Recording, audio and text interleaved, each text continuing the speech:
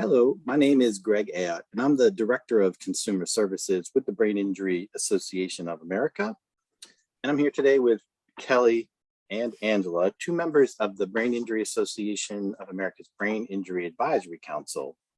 The Advisory Council is a group of survivors from across the country that work with BIAA and each other to share information about brain injury, to work to increase awareness and understanding about brain injury in a number of ways. And one of the ways that they do so is creating some really practical and useful information that they want to share with other survivors. So first, I'd want to give a chance for Kelly and Angela to introduce themselves. We'll start with Angela. Hey y'all, I'm Angela Lee Tucker, and I sustained a TBI in July 2008. My husband and I were struck by an 18-wheeler and he was killed. We would have celebrated our first wedding anniversary while I was in a coma. When I woke up, like many of you, I had to relearn everything from the cradle on: how to walk, talk, read, and write. I've been on this hard but rewarding healing journey ever since. Thank you. And Kelly? Hi, I'm Kelly Lang. I live in Northern Virginia, and back in 2001, was involved in a pretty horrific car accident. And my daughter, who was 3 at the time, sustained a severe TBI. And my brain injury was diagnosed about 2 or 3 months after, once we were home from the hospital and inpatient rehab with her. So I come to this as both a caregiver and a survivor. Thank you both for being here today. So the council, as I said, has worked together. They created an article that's put into our newsletter, the TBI Challenge, which is available on the BIAA website, our quarterly magazine. So the article, it's focused on tips and strategies to living life after brain injury. And we thought it would be helpful just to kind of be able to explain and describe some of the strategies that folks used. So let me start with Angela. So why is it important to focus on learning how to manage symptoms after a brain injury? When sitting down to write my listicle, I had to think about which symptoms affect me most. One of the biggest is neurofatigue, and managing this did not come naturally to me. I was trying to live my life constantly exhausted, and as a result, I was missing appointments, getting lost on the subway. I've had to find, in order to be my best self, I have to force this 40-year-old woman to take a daily nap. In fact, now is usually my nap time I lay my head down. One helpful tool to quiet my brain is a sleep mask. And although I don't always sleep when I'm wearing it, it gives my brain a chance to recharge. Excellent, thank you. And Kelly, same question. Once mine was diagnosed, I had to figure out ways to work with my symptoms and come up with compensation strategies, because it wasn't only for me, it was also for my family, and taking care of a loved one who also had the TBI took a lot out of me. So just learning to manage how I could take care of myself to be the best mom and caregiver I could be for the rest of my family was the only way that we were going to move on.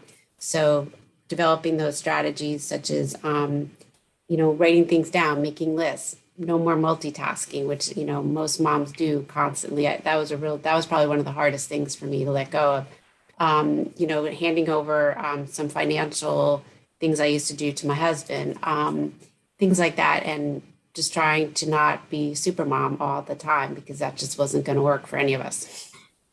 Kelly, you're my real hero. Not only are you a survivor, you're a caregiver of a young one with a brain injury, and I can't imagine. You're really my hero. She's not too young anymore. I'm going to stick with Kelly. So let me ask you, how has managing symptoms helped you as a survivor? I think it's helped me. One, it's helped me as a caregiver, especially because I can try different things and then pass them on. But she might not take them and she may not be open to it, but at least I can try. But it's also, just helped me to then figure out what my path was going to be with this, introduction into brain injury and the advocacy journey, which started the moment we ended up in the hospital. You just do what you have to do, and talking to others and learning, different strategies and, different ways people have coped. And, every story is different, just as every brain injury is different. Mm-hmm. And Angela? Staying as physically active as possible has helped me in my overall recovery. I track my movement on this Garmin. It's a device that tracks steps like an Apple Watch or a Fitbit. And it motivates me to increase my steps and get my heart pumping and my blood flowing. Another key that I make sure to drink as much water as I can. Staying hydrated helps mitigate symptoms like headache, and drinking water also helps us release toxins. Staying hydrated also helps me stay focused and energized. This water bottle is awesome because it keeps me on track throughout the day. These are some of the basic tools that I use that have helped me transform from being a patient to being an active participant in my own recovery. Excellent. Thank you. So Kelly, I'm going to go back to you and ask, what's one piece of advice that you would give to other survivors in relation to kind of helping to manage symptoms? My one piece of advice would be to, one, not think that everything's going to be a quick fix. What works for one person is not going to work for the next person. To have an open mind and just keep trying. Do not give up. Just keep trying, because eventually whatever's going to work for you is going to appear and help you. And then you'll be able to move on and move forward and improve, because I believe that we're constantly improving. Even though it's been 20 years since mine, I know fully that I improve all the time. So just keep trying different things and you will find the thing that works for you. Amen. And Angela?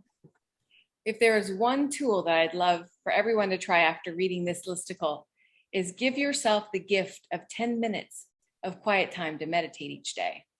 A friend of mine told me about this awesome app called the Daily Calm. For me, it makes meditation more accessible because it only takes 10 minutes and I can do it anywhere. I meditate daily because this is an important tool to help calm my busy brain. In fact, I was meditating right before this video. For others, it might help center them, feel more in touch with their emotions.